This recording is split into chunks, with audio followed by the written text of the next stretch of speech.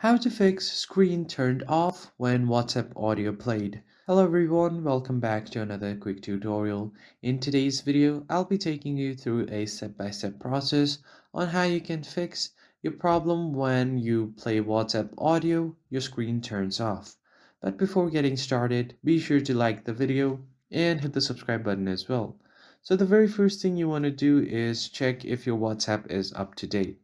Go ahead and open up your Play Store and then search for WhatsApp. Once you do that, if you see an update button right here instead of open, make sure to update the app.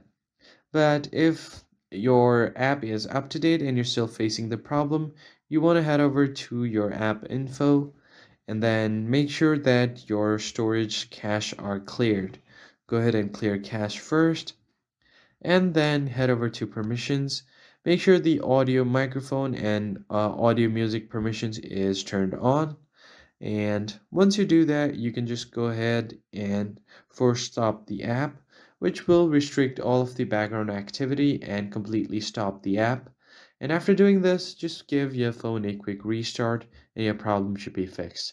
If you found this helpful, hit like, share, and subscribe. I'll see you on the next one.